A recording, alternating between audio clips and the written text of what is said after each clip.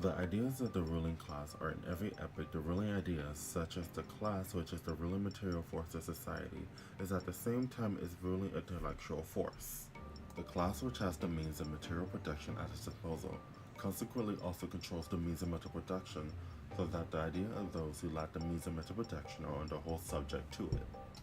The ruling ideas are nothing more than ideal expressions of the dominant material relations. Dominant material relations grasp as ideas. Hence are the relations which makes the one class the ruling one, therefore are the ideas of its dominant. The individuals composing the ruling class possess, among other things, consciousness, and therefore think. The ruling class have recognized that the dominant group that not only possesses the means of material production, but also they control the means of mental production. Here I will use the video game industry in order to find a demographic of developers who classify as the ruling class of the industry. Going by the 2017 International Game Developer Association Developer Satisfaction Survey, the majority of respondents were white, Caucasian, and European at 68%, but only 61% given the 2016 census. In terms of sexual orientation, 81% of respondents were heterosexual, with 5% as homosexual, 11% bisexual, and 3% as other. Regarding gender, 74% of respondents were male, with 21% as female. Trans respondents, or other respondents, overall made up a total of 5%.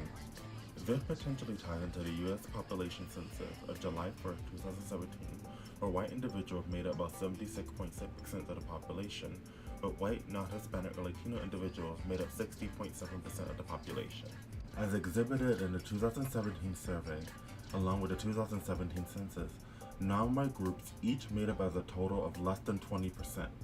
It soon became a matter of identification of why people of color or queer individuals, overall minorities, weren't given the spotlight as gaming protagonists.